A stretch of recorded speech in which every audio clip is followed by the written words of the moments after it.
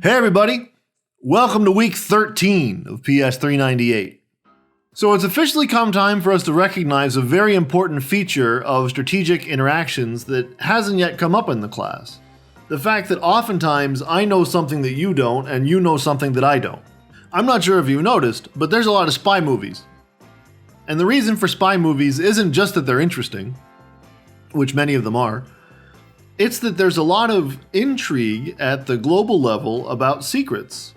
Oftentimes, states know something that other states don't. It might be something as simple about knowing your own military technology. So if I knew that I had a nuclear weapon at my disposal and you didn't, you thought that maybe there was some chance that I did, don't you think that that asymmetry of the information would be an important driver of the results? Don't you think that that asymmetry in the information would add a lot of strategic intrigue and strategic nuance to our interaction together? Of course it would. But we haven't discussed that up to this point. Everything we've discussed, everybody has known everything about the game. The only potential for asymmetry so far has been at the information set level, where it's like, oh, well, I didn't get to observe what you did or something like that. But oftentimes, asymmetries in information are deeper than that. There might be things about your utility functions that I don't know. There might be parameters about you, like your power or your war costs, that I don't know. You know, these asymmetries, they create real difficulties, not just for the person that doesn't have the information, but actually for the person that has the information too. You know, it turns out that more information doesn't necessarily have to help. It actually could be that if you knew something about yourself, that actually may come back to bite you, paradoxical as that is. So today, I really just want to go through some of the most introductory topics that one might encounter in incomplete information game theory, game theoretic modeling where not everything is known to all players. I'd like to kind of fly through simultaneous move games of incomplete information, so-called Bayesian games. Uncertainty is important, that I don't know everything about you, maybe, and then we have to make some simultaneous choice. But a lot of the intrigue in the final few weeks of the class is going to be about extensive form games of incomplete information, where not only are there things about you that I don't know, but then I observe your behavior and I have to try to draw inferences about you based on what I observe you doing. So basically, I want to kind of crash course through simultaneous move Bayesian equilibrium today, and then hint toward the future a little bit. So this will be half introductory and half analytical, and I hope that balance isn't too off or anything, but we're getting to the end of the class. We're actually starting to feel some of that time scarcity kick in. There's so many more things I wish I could show you, but I'm afraid we have only 15 weeks. Easy for me to say now, right? Back in week 4, and I was like, oh, I would like to be done with the class right now, thank you very much, and an entire chocolate cake while you're at it, thank you. I actually think it'll be easiest to try to motivate some of the importance of incomplete information by just showing you some important examples from international relations, and then you go, oh yeah, I can see how this is useful. So instead of trying to tell you how useful this is, let me just show you. In the A block, we'll do a model of one-sided incomplete information in the context of a trade war. Two states will decide how to choose their trade policies with one another, but one of them won't know if the other state is a protectionist in their preferences or is a liberal in their preferences. And we'll see that asymmetry of the information is going to create some really interesting wrinkles. In the B block, I want to make that even worse by making it a two-sided incomplete information model of that same trade war.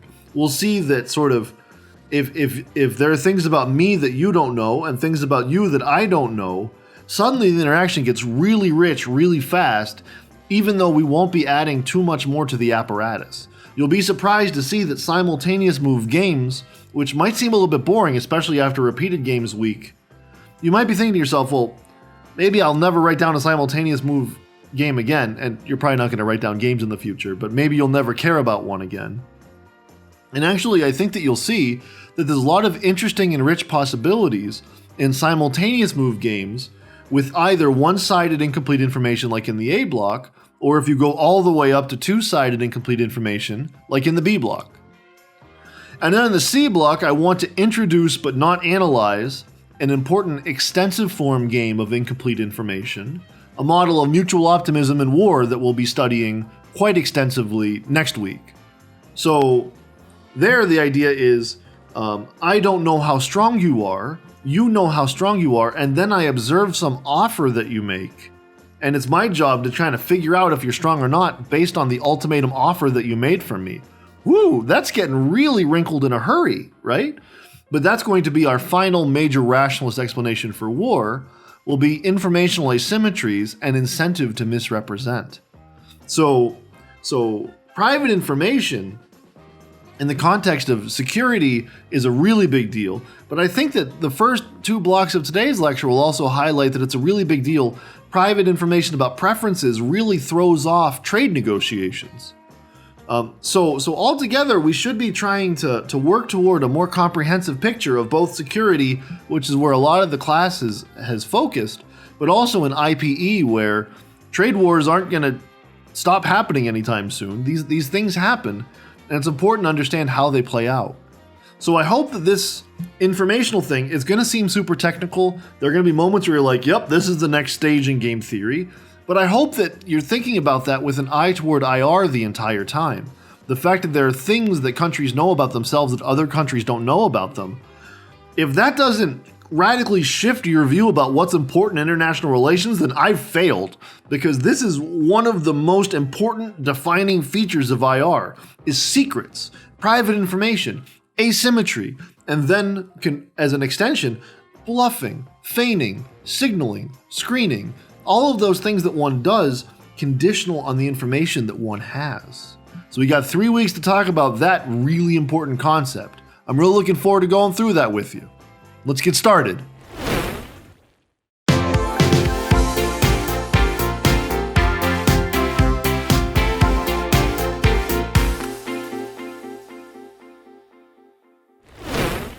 So my goal here in the A block is just to introduce a simple model of one-sided incomplete information as it relates to trade interactions. So the basic idea here is going to be that 2 states are simultaneously choosing their trade policies. And just to keep life super simple, we'll say that they could either choose to limit free trade or to allow free trade policies. Basic idea being, what you don't want to have happen is you say, oh yeah, we're free traders, and then some other country says, no, I'm going to keep putting tariffs up. And then next thing you know, your market is flooded with their exports, but you're having a lot of trouble importing your goods to their economy. You don't want to be caught on the wrong end of a trade war. Trade is generally mutually beneficial, so trade is something that typically helps both of the constituent states, but the real question here is going to be, what happens if I don't know if you would rather flood my market through asymmetric policies or enjoy the benefits of free, unfettered trade for the both of us? In other words, suppose that I don't know if you're a protectionist or a liberal. So I'm going to build this up slowly. We'll talk about the interaction within the states of the world momentarily, but the first thing that I want to say is that there's going to be one type of me. So I have no private information. So there's one kind of state 1. But we're going to have 2 kinds of state 2. The first type of you I'm going to depict over here on the left side, and this is the world where you are a protectionist. So you will have protectionist preferences here, where I'll talk about that momentarily. And over here on the right side, this is the world where you're a liberal. You'll have liberal preferences here. I'm using liberal here in the IR sense, or in the little l sense. Now, to highlight the fact that I don't know which state of the world we're in, here are 2 states of the world. And to highlight the fact that I don't know which state of the world we're in, I'm going to draw one big rectangle so that basically I have an information set and I can't tell one world from the other world. This is my information set, and it tells me which worlds I'm able to distinguish. And in this simple example, because I lack information about you, I don't know what type you are. I don't know if you're the protectionist type or the liberal type. The fact that I don't know that means that I can't determine which world we're in, and so I need this rectangle. Conversely, you know your own preferences. You know if you are a protectionist or a liberal. So I'm going to draw 2 separate rectangles for you. Okay? So I don't know which world we're in, but you do. And the basic idea of these rectangles is that when I choose a row, I have to choose one row for every rectangle.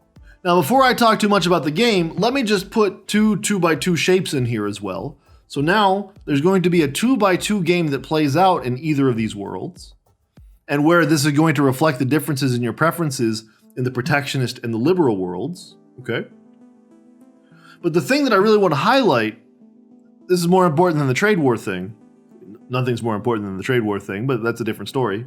The thing that I want to highlight is that I, the row player, can only choose one row within this big rectangle of there. So I have one rectangle, that means I choose one row. I'm not allowed to choose multiple rows in one rectangle. I don't know which world we're in. I make one and only one choice in this example. However, you know your type.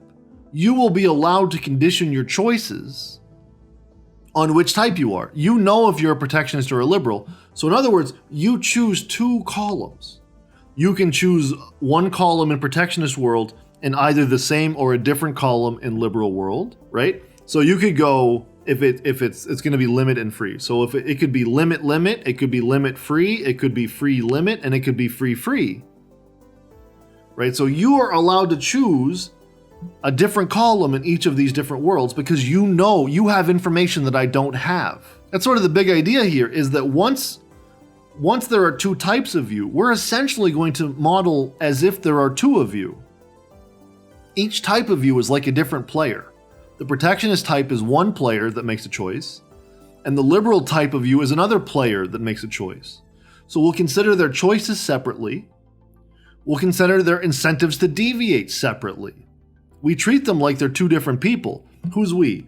Well, we could be the analyst. We could also be state one, who doesn't know, but has to think through all of the possibilities over the protectionist and liberal type of state two. So this is our informational environment. This is the informational environment. Player 2 knows the state of the world perfectly. Player 1 has only probabilistic expectations. In particular, just to motivate this example, let's say that I, state 1, the uninformed player, thinks that you're a protectionist with probability 2/3 and thinks that you're a liberal with probability 1/3. Okay? And just to animate things. So I don't know which type you are. I think there's a 2/3 chance that you're a protectionist and a 1/3 chance that you're a liberal. Where did that come from? Well, it could be purely subjective. I could just assign those probabilities just off the top of my head, perfectly reasonable. It could be that I look at history and I say, well, it looks like about 2/3 of all countries have been protectionist over the years. Or 2/3 of all countries that are an awful lot like the country that you are have been protectionist over the years. So I have some empirical expectation, not a perfect one. But I have some sense about what type you are, be it purely subjective or something based on some model or some historical record. So you know which type you are, you'll be able to condition your choices on it. I don't know which type you are. I need to think in terms of expected utility across this uncertainty, not about what strategy you're playing, like with mixing or something, but rather my uncertainty about which type you are. So I'll just be using expected utility as we have many other times, but I'll be using it for a completely different purpose. So let's fill in some games. In the world where you're a protectionist, I can either play limit or free. I can have a limited policy, maybe I put up a tariff or something like that, I set quotas, or I have a free trade policy. And similarly, you can either limit or have a free trade policy. We'll go through my preferences first. My preferences will be the same in both worlds. Okay, we'll say that I'm a liberal essentially. My very favorite outcome is the one where I chose free trade and you chose free trade. I get 3 happiness points there. My second favorite outcome is the one where I had a limited trade policy and you had free trade. I got to flood your market. I didn't get all of the benefits of free trade, but I got enough. This is pretty good. I get 2 happiness points there. My third favorite outcome is the one where we both limited trade. I get 1 happiness point there. And my least favorite outcome is the one where you had limited trade and I had free trade. So I just got stuck. Now you flooded my market and I don't even get a chance to sell my stuff over at your place. I get 0 happiness points. Now let's talk about your preferences in this world. Well, if you're a protectionist, we're going to say that your very favorite outcome is the one where you had a limited trade policy and I had a free trade policy. That gets you 3 happiness points. Your second favorite outcome is the one where we both had free trade. That gets you 2 happiness points. Your third favorite outcome is the one where we both limited. That gets you 1 happiness point. And your least favorite outcome is the one where you had a free trade policy and I had a limited trade policy, so I flooded your market. That gets you 0 happiness points. So this is one of our games. With probability 2/3, this is the game that we're playing, according to me. You know for sure if this is the game that we're playing. Right? So you get to know which game we're playing and I don't. I don't know if this is the game we're playing. I just think we're playing this with probability 2/3. That's my subjective belief that we're playing this game. So let's go over to the liberal world. So my preferences will remain unchanged. My favorite outcome is free. My second favorite outcome is limit free. My third favorite outcome is limit. And my least favorite outcome is free limit. One where I left my borders open and then you took advantage of me. Now let's talk about your preferences. Well, the only big change here is going to be at the very top. Since you're a liberal in this world, your favorite outcome is the one where we both have free trade, free. Your second favorite outcome is the one where I had free trade and you limited, so that gets you 2 happiness points. Your third favorite outcome is the one where we both limit, and then your least favorite outcome is the one where you had a free policy and I limited. That gets you 0 happiness points. So here it's completely symmetric, right? So our preferences are exactly the same. In the liberal world, we're both liberals.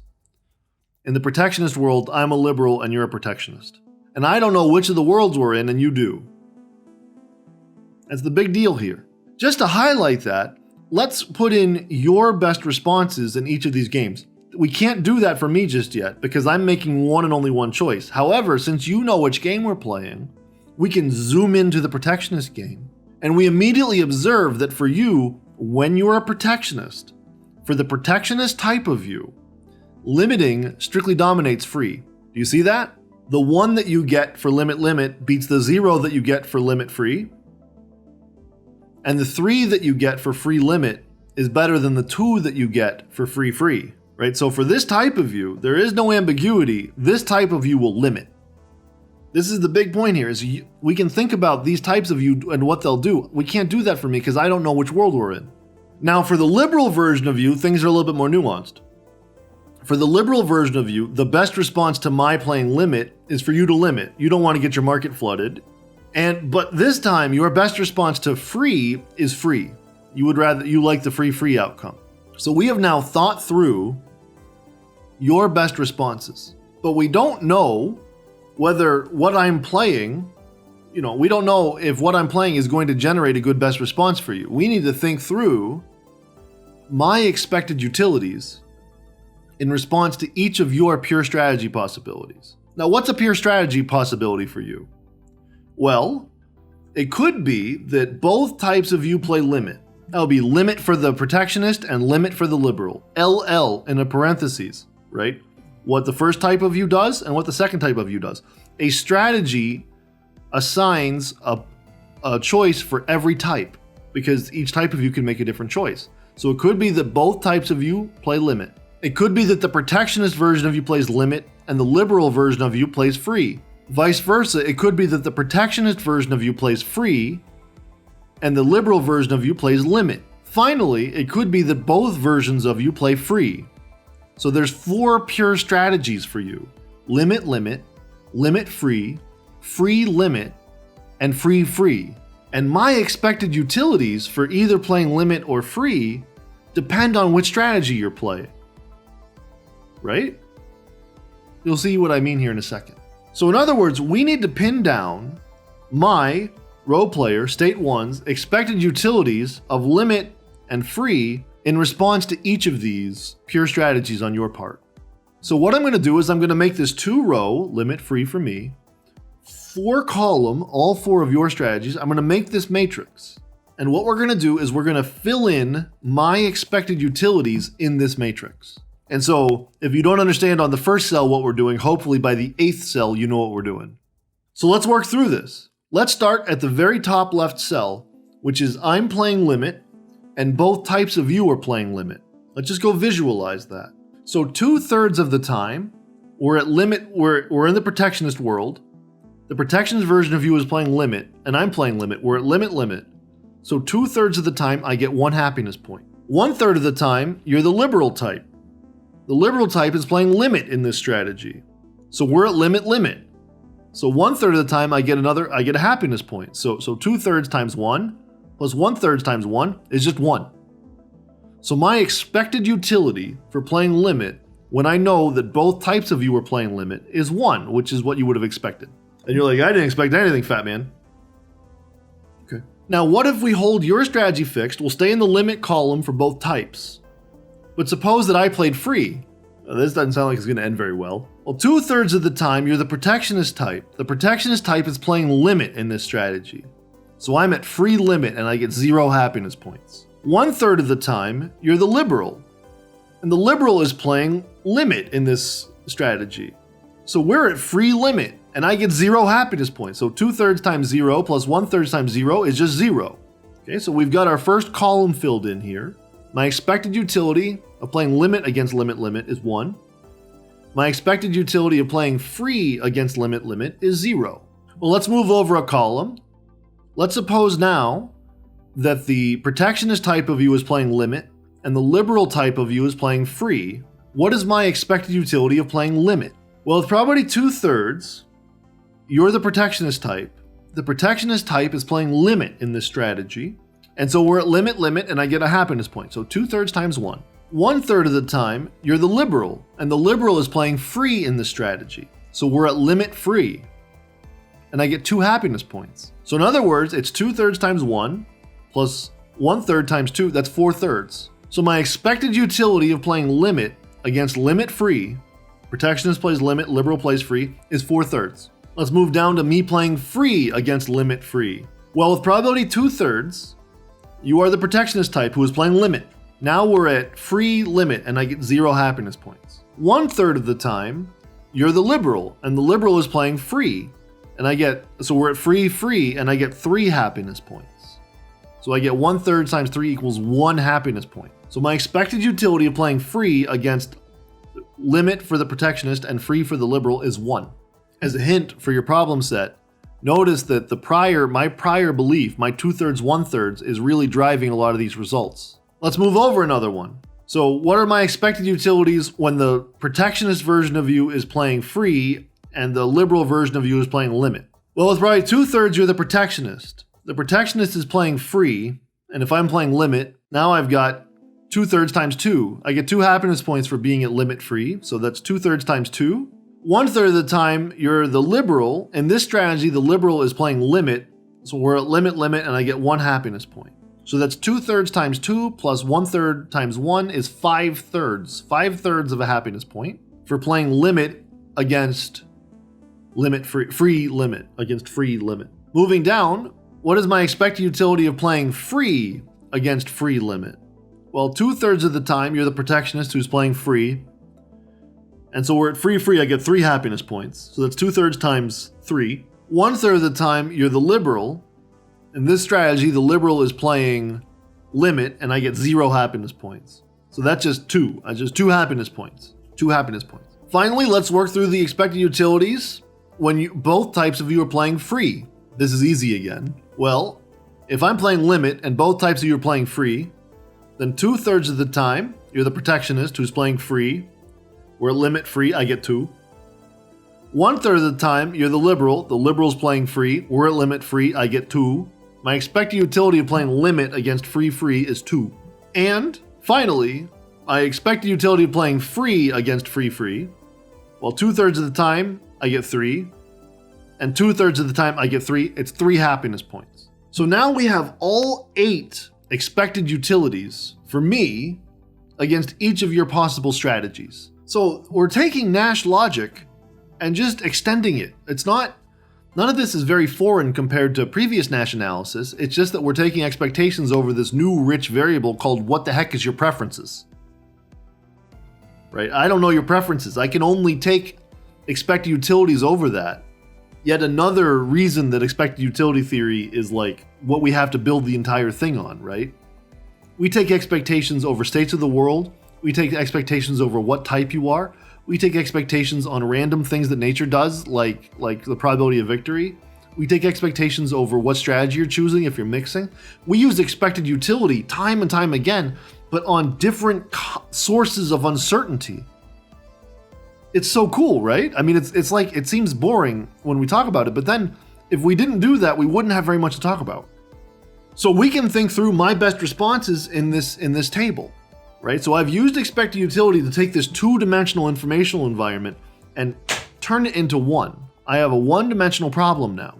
Now I can just issue best responses. So my best response, if you're playing limit, limit, I can play limit and get 1, or free and get 0, I'll play limit. So my best response to limit, limit is limit.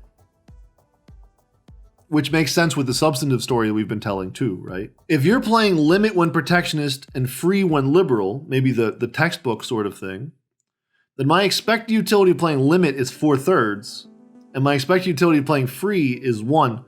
So I will play limit. I choose limit there. My best response to limit free is limit. Moving over to the one where the somewhat paradoxical one where the protectionist has free trade and the liberal has limited trade. Well, I could play limit and get 5/3, or I can play free and get 2 whole happiness points. I'll play free. And finally, against free, well, I could play limit and get 2, or free and get 3. I'll play free, thank you very much. So my best response to limit is limit. My best response to limit free is limit. My best response to free limit is free. And my best response to free is free. Our final step is to see whether one or both types of you want to deviate from any of those 4 profiles. These 4 profiles are now candidates. They're candidate equilibria. I don't want to deviate from them. The question is, does either type of you want to deviate? So let's work through all 4 of those in turn. So let's start from the profile where I play limit and both types of you play limit. Let's just visualize that. So keep the row fixed because I'm playing limit. Does either type of you want to deviate? Well, if the protectionist type of you deviates, you'll go from 1 happiness point at limit to 0 happiness points at limit free. They don't want to deviate. And the same exact logic goes for the protectionist, for the liberal version of you. So this is an equilibrium. Nobody wants to deviate, right? I don't want to deviate because I'm best responding to you playing limit. And neither type of you wants to deviate. The protectionist is happy to play limit right now, and so too is the liberal. So this is what you would call a Bayesian Nash equilibrium in a simple sense. We've taken the logic of Nash equilibrium and extended it to allow for incomplete information this way. Well, let's move over to the next candidate profile. I play limit, the protectionist version of you plays limit, and the liberal version of you plays free. Well, right now the protectionist version of you is happy. If they deviated, if they switched to playing free, well, they would go from 1 happiness point to 0. That doesn't work. But notice right now that in this candidate equilibrium, the liberal version of you is playing free against my limit, so they're getting 0 happiness points. They would rather limit and get 1 happiness point. They have an incentive to deviate, right? So one type of you has an incentive to deviate here, which is enough to say that this is not an equilibrium. So we rule that one out because the liberal version of you would like to deviate. They wish that they could limit. If you knew that I was going to play limit, then both types of you would limit. What about the world where the protectionist plays free, the liberal plays limit, and I, state 2, play free? We know that I'm best responding. Well, it doesn't make any sense because the protectionist version of you, for them, free is strictly dominated by limit. So they would like to deviate the limit. Right now, they're at free, and they're getting 2 happiness points. What makes a protectionist as a protectionist is that they would like to deviate from there. So if they went to free limit, they'd get 3 happiness points. So they have an incentive to deviate. This is not an equilibrium. Similarly, the liberal version of you is playing limit in response to my free, but the liberal wants to get to free. So they would do strictly better. They would go from 2 to 3. So that's not an equilibrium because at least one type, and in fact, in that case, both types have an incentive to deviate. Finally, let's see if free against free is an equilibrium. Well, we know that I'm happy. I'm best responding. We worked that out already. The liberal version of you is happy. We're at free. They get 3 happiness points. However, the protectionist version of you is unhappy. If they, the protectionist version of you always wants to limit. So asking them to play free was stupid. So this isn't an equilibrium. So in other words, this game, as we wrote it down, has a unique Bayesian Nash equilibrium where I, the uninformed player, state 1, limit. If you're a protectionist, you limit. And if you're a liberal, you limit. So even though we've allowed the possibility of liberalism, so I'm a liberal in this model, and you're a liberal a third of the time, and that alone is insufficient. We don't get free trade. Free trade is fragile. It emerges only under certain conditions. Whereas in most trade models, protectionism is always a starting point equilibrium, and this is evidence of that. But just notice the role that information played here. You got to condition your choices. You got to say, well, if I'm one way, I'll do one thing, and if I'm another way, I can do another thing. Whereas I didn't know which kind of state I was up against, and so consequently, I had to compress, I had to use my beliefs, the 2/3, 1/3, I had to use my beliefs to compress this multi-dimensional world into a single dimension. Make my choices only an expectation, make my best choices only an expectation, and then go back up and say, well, and is that what both types of you would like to see happen? And that only happened one time. The only time that happened was on this sort of sad limit. Of course, this is a sad story. Why is it a sad story? Well, notice that irrespective of your preferences, whether it's a 3 or a 2, free, Pareto dominates limit. For both types, so for both types of you do strictly better and I do strictly better. Everybody wishes we could get the free. So this is a very sad story. This is just as sad as an arms race story or an environmental politics story from a Pareto standpoint. The equilibrium outcome is Pareto dominated, which makes it a missed opportunity. We were wasteful. We were wasteful. That's bad. So actually what I'd like to do is I'd like to turn this into a two-way incomplete information model over in the B block. So I'll see you there.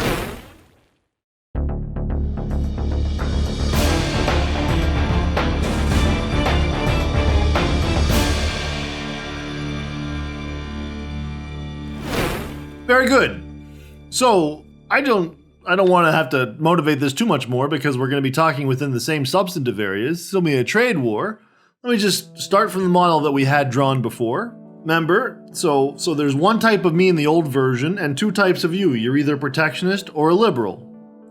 I'm not sure if you noticed, but in a lot of important interactions, the informational asymmetries are not just one-sided. Right, so if I don't know if you're a protectionist or a liberal, why the heck would it be reasonable to think that you know if I'm one? Right? Now, one reason that would be reasonable is because it makes for much simpler models, but that's a different story.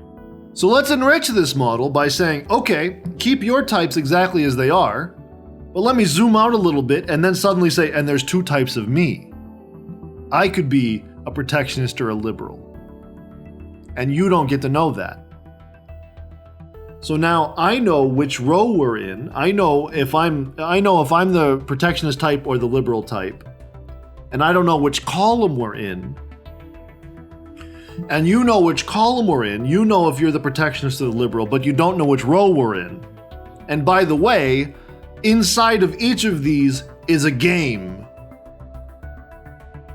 So now we have essentially a game of games. We have a world where one of 4 games will be played and none of us knows perfectly which one. We don't know if we're both protectionists. We don't know if I'm a protectionist and you're a liberal. We don't know if I'm a liberal and you're a protectionist. And we don't know if we're both liberals.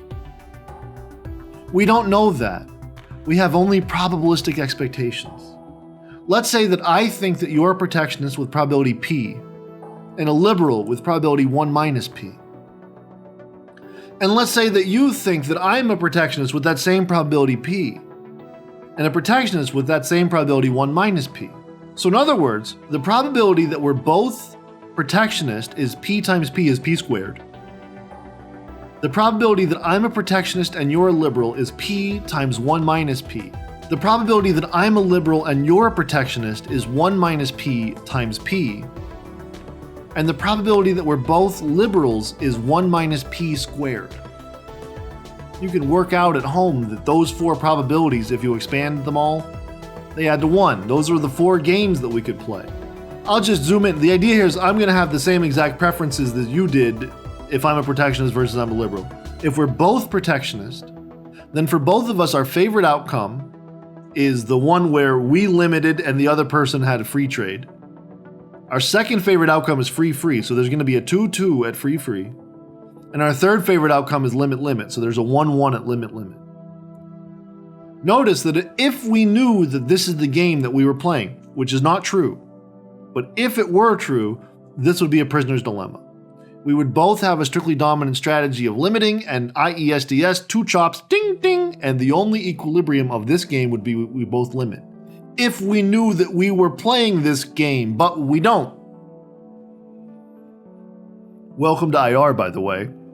Conversely, in the world where we're both liberals, right down in the other corner, now both of us have a favorite outcome of free trade. So there's 3-3 there, and 1-1 for limit, and then there's a 2-0 and a 0-2. This is a stag hunt. This game has 2 pure strategy Nash equilibria, limit, and free. If we knew that we were playing this game, which we don't, we would know that there was either an efficient outcome or an inefficient outcome. And then off the main diagonal, in the asymmetric cases, there's nothing really compelling to say about those games. Now, how the heck are we gonna, this is a big game, look at this thing.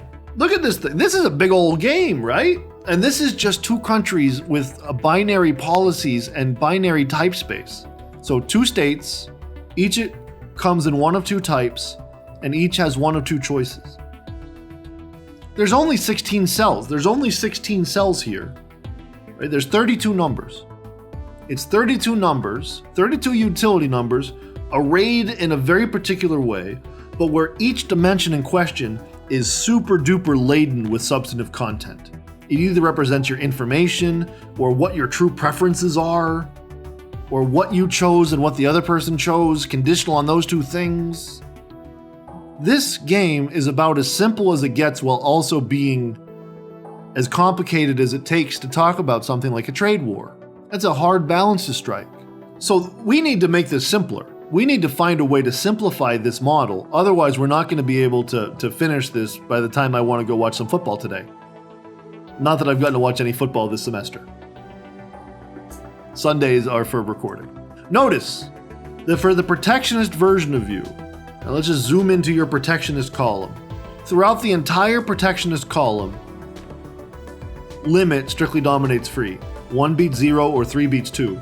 Those things both happen twice. So we can just get rid of that. We can just get rid of that column. That column doesn't exist. Similar for me, in the protectionist row for me, it's always 1 beats 0 and 3 beats 2. So for the protectionist type of both players, limit strictly dominates free. So we're not going to have to consider those. So that means that we have a greatly reduced set of strategies to think about. Because in any equilibrium, it must be that the protectionist type of both players is playing limit. However, it could be that the liberal version of us, it could be that my liberal me plays free and liberal you played protection, or vice versa. It could be we both play free, it could be we both play limit. So I want to show you 2 important substantive points that complement one another. First things first, let's look to see if protectionist me limits, liberal me limits, protectionist you limits, liberal you limits, everybody limits. Let's check to see if LL is an equilibrium against LL. Okay, I limit both times, you limit both times. Let's see if that's an equilibrium. So I'm going to hold because the game is symmetric, I'm just going to look at this from my point of view. I'm going to hold your strategy fixed. I'm going to say protectionist you limits and liberal you limits.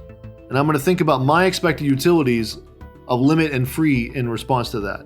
I want to know if limit is the best response. I want to know if limit is the best thing I can do there. So let's work through my expected utilities when I'm a liberal. We know that the protectionist version of me is always going to play limit that's a strictly dominant strategy. Right? So let's think through what the liberal version of me thinks, holding you fixed. So what are my expected utilities as the liberal version of myself? We don't have to work through what the protectionist version of me does because of that dominance argument. So let's think through my expected utilities, holding fixed the idea that the protectionist you is limiting and the liberal you is limiting. So my expected utility of playing limit as a liberal of playing limit against both types of you playing limit. It's a mouthful, I know, but you can do it. Well, with probability P, you are the protectionist. And the protectionist is playing limit, and I get 1 happiness point. And with probability 1 minus P, you are the liberal, and the liberal is playing limit. We held that fixed, and I get 1 happiness point. So my expected utility as a liberal playing limit against the strategy where both of you limit is 1. See, it turned out pretty simple, didn't it? How about for playing free? Well, with probability P, you are the protectionist who is playing limit, and now we're at free limit and I get 0. With probability 1 minus P, you are the liberal who is playing limit. We are at free limit and I get 0. So my expected utility as a liberal for playing free when both types of you are playing limit is 0. In other words, I want to choose limit. So the protectionist type of me prefers playing limit when both types of you are playing limit. And because the game is symmetric, you could do the same calculations yourself. I recommend that you do. You could do the same exact calculations for what happens player 2. This is the liberal version of player 2 want to play limit or free. You'll see that they want to play limit. So the first equilibrium I want to talk about in this game is both types of both players play limit. We have a fully protectionist equilibrium, irrespective of P. No matter what P was, P had nothing to do with it. P has nothing to do with this. There is always a protectionist equilibrium as a baseline in models like these. Here's our protectionist equilibrium. So there's always a prediction of limiting. There's always a protectionist outcome in a model like this. That's something in itself, right? That's a pretty big punchline. P doesn't matter. Protectionism is always in equilibrium in this game. Full-on protectionism. Full-on Pareto-dominated, development is way worse protectionism is always in equilibrium. That's always a possibility. It'll never go away. Never goes away. No matter how much you think, oh, goodness gracious, it seems as if we've evolved to a world beyond that. Nope. It's always there. It's always there. It's always there. Protectionism is always a possibility. It's a pretty big punchline.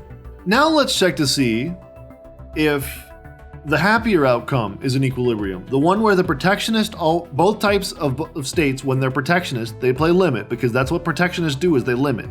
It's strictly dominant. So we'll always be looking for ones where the protectionists are limiting. But let's see if there exists an equilibrium where both types of liberal play free. So if I'm a protectionist, I limit. And if I'm a liberal, I play free. If you're a protectionist, you limit. And if you're a liberal, you play free. Let's see if that's an equilibrium. I'm going to hold you fixed again. Let's lock in the fact that protectionist U plays limit and liberal U plays free. And we're going to work through my expected utilities as a liberal. We already know the protectionist version of me is happy because of the dominance thing. So let's check to see if the protectionist version of me would like to play free or limit conditional on your strategy. So let's work out my expected utility of playing limit. Limit when the protectionist U is playing limit and the liberal version of U is playing free. Well, if I play limit, then with probability P, you are the protectionist who is also playing limit, and I get 1 happiness point. So that's P times 1. And with probability 1 minus P, you are the liberal who is playing free in this scenario. And so we are at limit free, and I get 2 happiness points. So that's 2 times 1 minus P. So that's P plus 2 times 1 minus P, and that works out to 2 minus P. So my expected utility of playing limit against the strategy protectionist U plays limit and free and liberal U plays free is 2 minus P. Notice that if P is equal to 0, which is to say you're always liberal, then I get 2 happiness points. And if P is 1, so that you're always a protectionist, then I get 1 happiness point, which are exactly what you'd find in those two cells.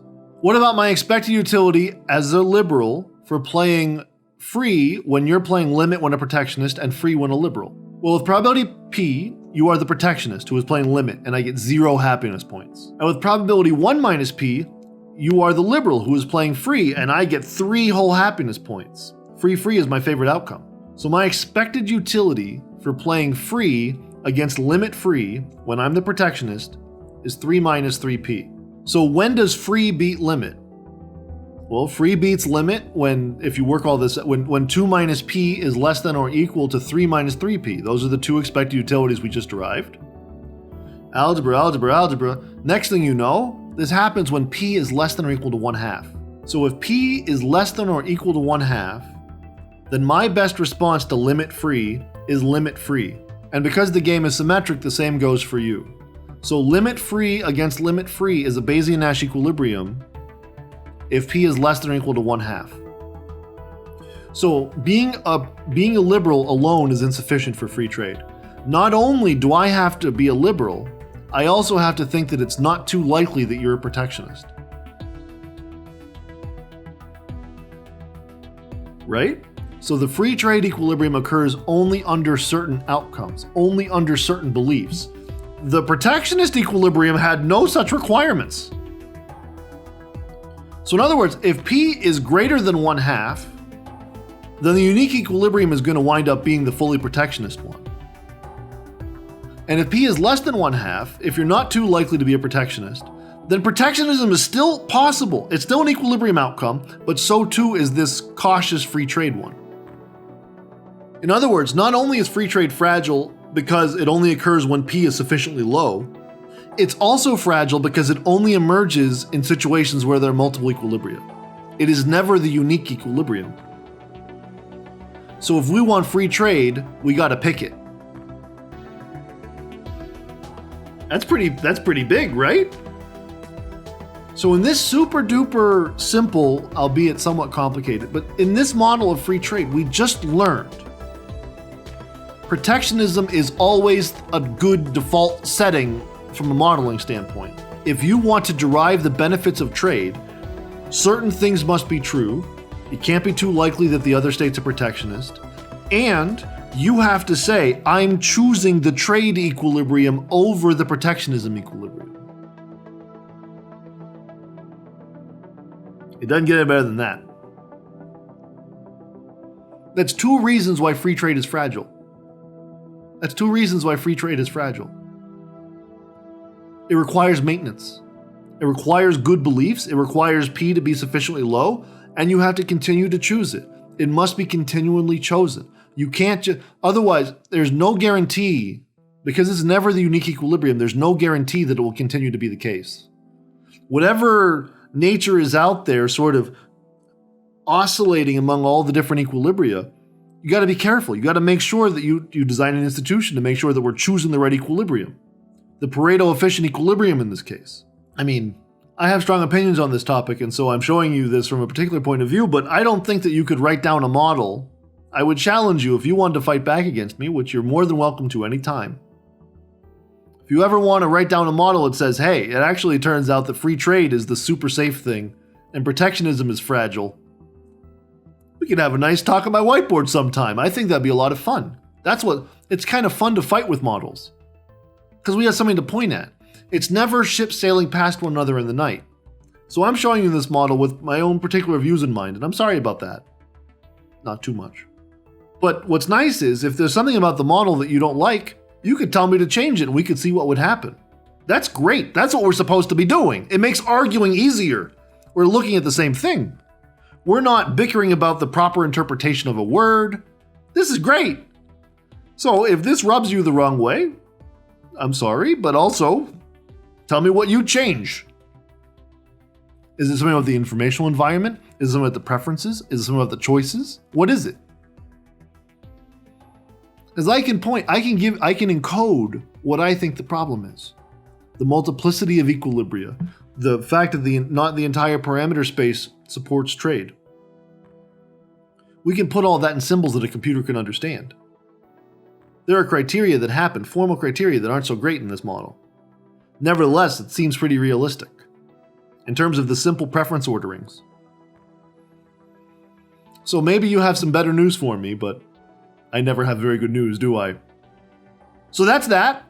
This is going to be the only treatment we do of simultaneous move incomplete information games. We'll do one problem on the problem set. It'll look an awful lot like this one. I just want to help you get the flavor about types. But where information really begins to star in international relations theory is once we talk about extensive form games of incomplete information. I want to try to whet your appetite on that over in the C block.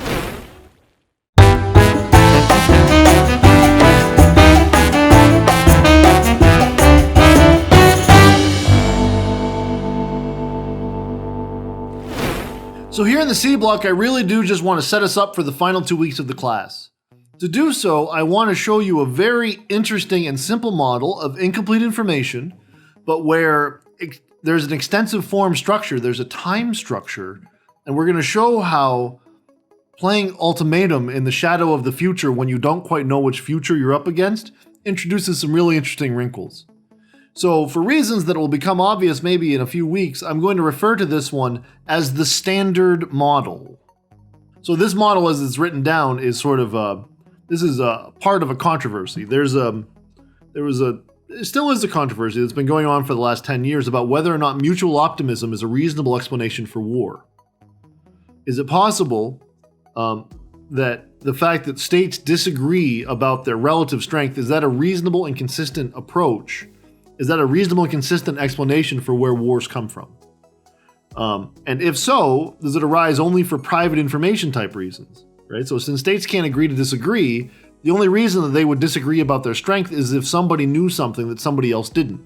So there's this private information angle that has to be underneath any mutual optimism argument. But even then, the mutual optimism argument has some trouble going on inside of its logical structure. We won't be able to talk about that in this class. That's a more advanced topic. But one of the replies to that sort of very esoteric, very abstract point was, I can write down a model pretty simply where mutual optimism causes war. And not only that, it's the capital S, capital M standard model. So I want to show you the standard model that plays a big part both in standard bargaining models of war, but also in this sort of side conversation about mutual optimism. It's a really cool model. We'll be analyzing it next week. I just want to show it to you today because I think you're going to think it's pretty cool, and I just want you to have something to keep you going. So this is going to be a tree game. We're out of simultaneous moves. We're back to trees. In related news, Editor Rob is apoplectic because he doesn't know which things to start drawing. Editor Rob is apoplectic anyway, and very overworked. When this is how you talk, the editor version of you is like the most overworked person in the world. So here's the idea. The basic idea is going to be State A has to make an ultimatum offer to State B, but doesn't know if State B wants to fight or not. They don't know State B's war costs. They don't know CB. So CB, the parameter CB that we've used time and time again in this class, is going to be a source of private information. State B knows their war costs, but State A doesn't. Now you might remember in a lot of the offers that A makes to B in these equilibrium things, it's like, oh, well, I'll offer you P plus CB. But what if you don't know what CB is? What if you didn't know what CB was? What if private information was on CB? What if you didn't know State B's war cost and then you had to make an offer? That's tough, right? Let's visualize it. So the way that we do this in games like this is we say at the beginning of time, nature makes a move. Nature is just the tosser of coins. Nature is the almighty up there determining all the random stochastic processes. Okay? Nature is going to be like a player, but they play probabilistically rather than an optimized way. So we'll say with probability 1/2, nature chooses low costs, CB low. They're gonna have a low war cost for State B. And with probability 1/2, they'll have high war costs for State B. And that's in a relative sense. So nature makes a move. Nature makes a move. Nature determines what the state of the world is. Nature chooses the state of the world. Okay? It got heavy already. Regardless of nature's choice, State A makes a choice. But what I want to highlight is State A doesn't know what nature chose. There's something about the world that State A doesn't know. In particular, they don't get to learn what the war costs are. They have only like a 50-50 expectation. They know that at half of the time they're up against high war costs, and half of the time they're up against low war costs. This is so cool, right? Maybe you don't think it's cool, in which case I'm so sorry. The rest of the class must have been really boring, because we're getting to the climax. So State A doesn't know which world we're in. They don't know if there's high cost or low cost. They didn't see nature's move. Regardless, they have to make an ultimatum offer. They must choose some X between 0 and 1. Son, do you feel bad for State A? I feel really bad for State A right now. I feel really bad for State A. They're flying blind. First mover advantage, that's great, but what if you don't know? First mover advantage doesn't mean anything right now. Who gives a crap? You don't know who you're up against. You're making an offer. You have to render them indifferent, otherwise there's no equilibrium. You have to make the best possible offer to them, and you don't know which version of them they are. So State A makes some equilibrium offer. Call it X between 0 and 1. Welcome back, Assassin's Creed hoodie. How I missed you. Some of you were like, what's Assassin's Creed? In which case, boy, the last few weeks must have been a real slog. And State B, per usual, can either accept or reject. Either way, if they accept, it's X and 1 minus X, just like always. If they reject, we go to war. Now, in the high-cost world, State A's expected utility is P minus CA. That'll be the same either way. And State B's expected utility is 1 minus P minus CB superscript H to represent high costs. This is their high cost. Okay? So this is the higher of their two war costs. They know their war costs, but State A doesn't know their war costs. And over in the low-cost world, it's the same thing. It's P minus CA for State A, and 1 minus P minus CB superscript L, the lower war costs. So State A doesn't know whom they're making an offer to. They think half of the time they're up against the high-cost type, and half of the time they're up against the low-cost type, but they only get to choose one offer. Remember, because of this information set, State A chooses one and only one offer. They don't get to condition their offer on what state of the world we're in because they don't know what state of the world we're in. Only State B does. This is one-sided incomplete information. So State A makes one and only one offer. They have to choose an X that works in both of these worlds. They might not be able to do that. They might make some offers that get rejected. Wait a second, if they make an offer that gets rejected, what happens? War happens! War doesn't happen in this model if there's no incomplete information. So in other words, if war happens in this model, it will be because of the private information. Is that what's going to happen? Stay tuned. You'll have to wait until next week to find out, because we're already running out of time. I don't want this to be a super long lecture. And you have to work on your simultaneous move perfect Bayesian equilibrium, and so this is where we'll pick up next week. Oh, I'm sure you're super excited about that. I know you are.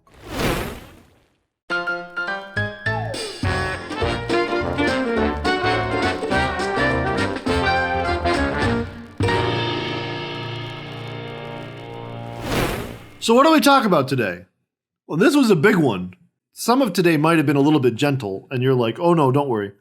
You know, by the time I get to this, I'm always worried that I gave you enough content. It might not be obvious from how I've been teaching, but like my number one goal is just to make sure you're getting your money's worth. I would feel awful if I gave you too little. And every time I get to the end of one of these lectures, I say to myself, oh, I know that I gave them too little. I know that I didn't do a good enough job. I know that there wasn't enough here and that they're not getting anything out of this. And I feel awful every time.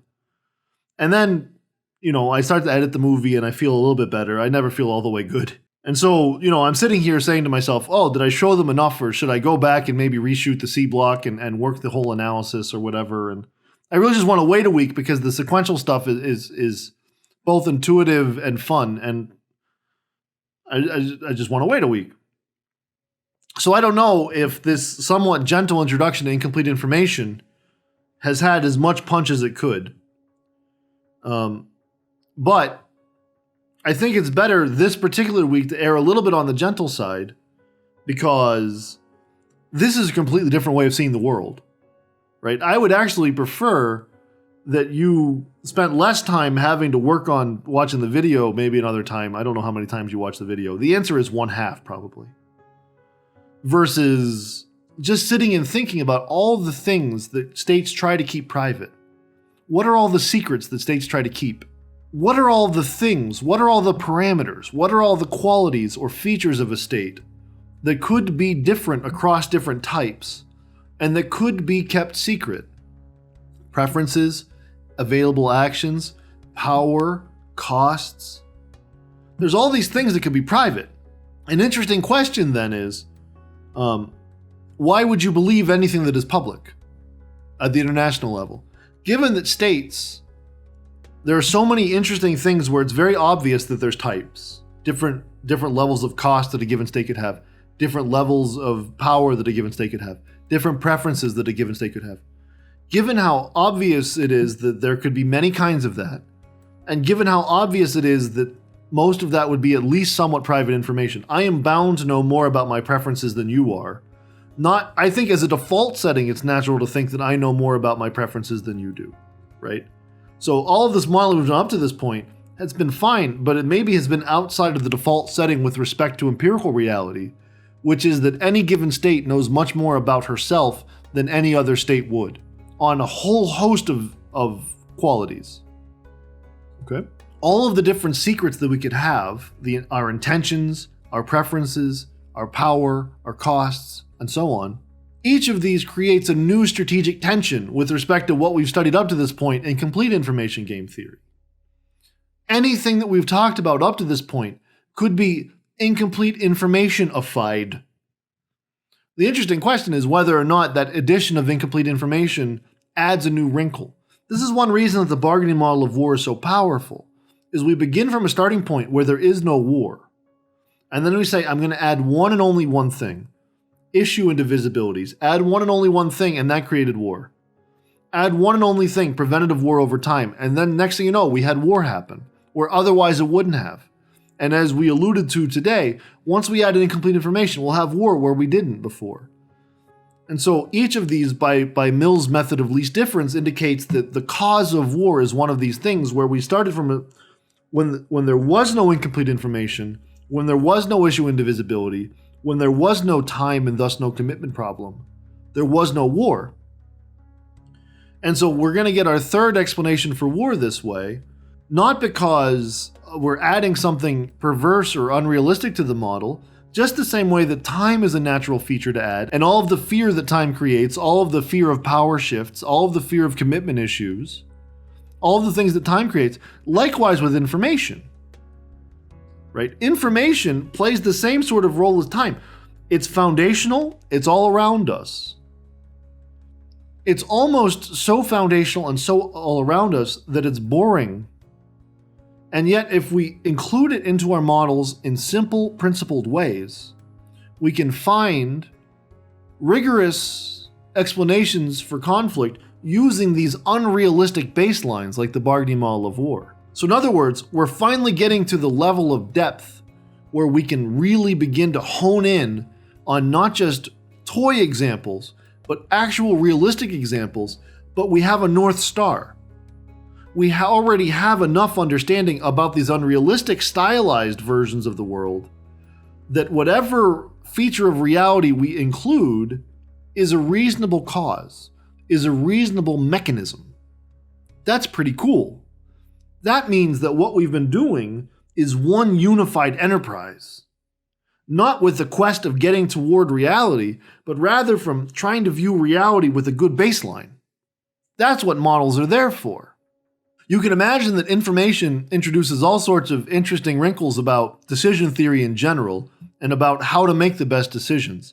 And it's with that particular wrinkle in mind that I'd like to conclude with a provocative thought. So suppose that you and I were going to fight a war against one another. I don't know why. I feel bad about this. I hope that this is obvious. I genuinely like you guys. I mean, you've been a wonderful class so far. Nevertheless, we're about to fight a war, you and me. I'm state A and you're state B. And suppose that you don't know how strong I am. Suppose that you had only probabilistic expectations about how strong I am.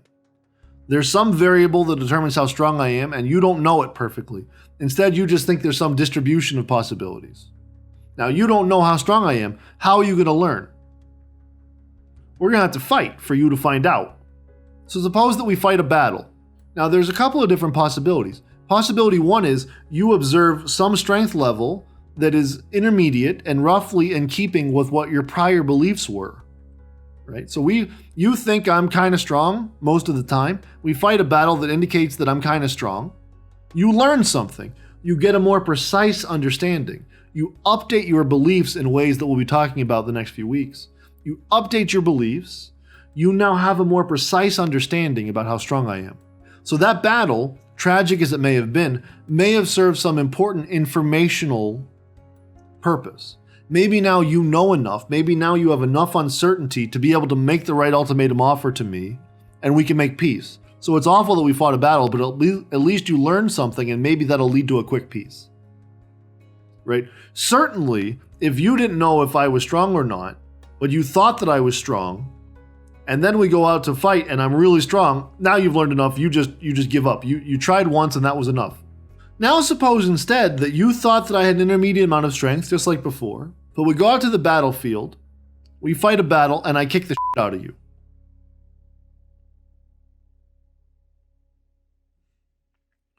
Now what? I mean, you have to update your beliefs. You need a principled way to update your beliefs. And if you use the appropriate mechanism, if you use the right tool for that, next thing you know, you have a more uncertain distribution. You thought that I was intermediate most of the time. You had a pretty good sense that I was an intermediate sort of fighter. And then you saw me out there and I was like 8th degree black belt stuff. Like I was really, when this is what you're doing, you probably aren't much of a fighter, but just imagine that these were effective. I'm going to add some good sound effects. And suddenly those look like really dynamic moves.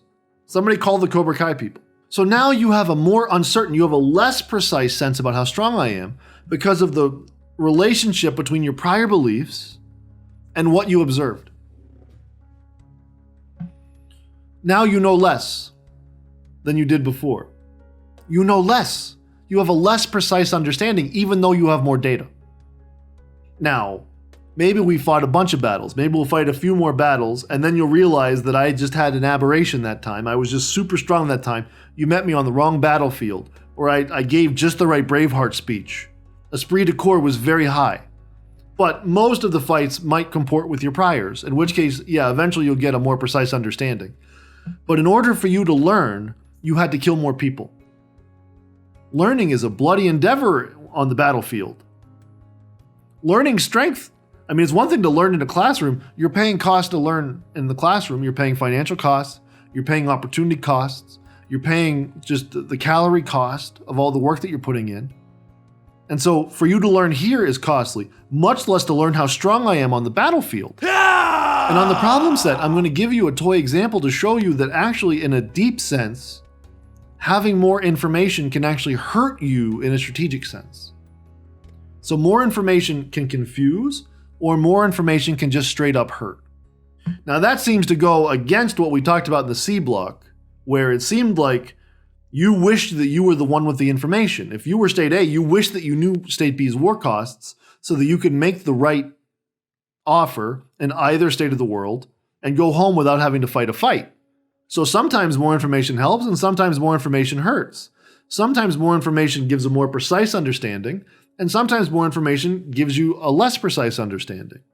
More information, whether it's good or bad, depends on your prior beliefs, our strategic interdependence, the nature of our interaction, and what one given draw from nature's wheel is, right?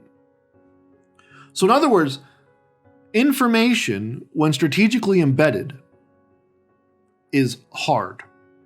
And you're like, oh, I needed you to tell me that. No, it's harder than that. More information can hurt. More information can confuse. We need to be humble.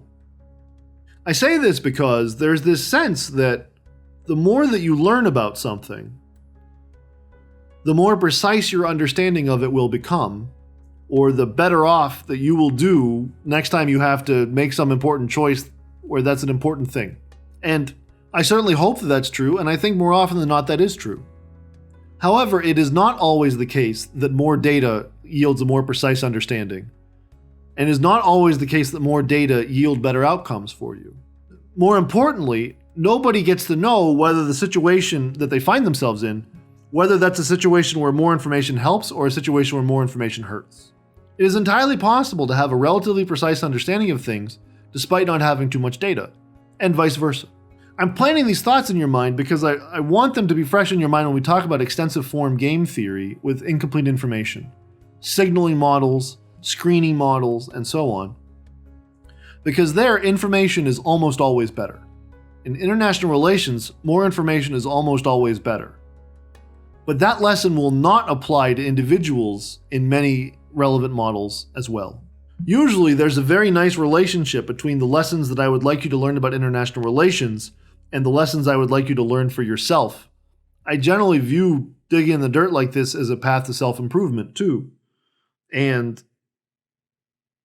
I just don't want you to feel too sanguine about the role of information in your own life. It seems to me that people seem to think that learnedness is the same as knowledge.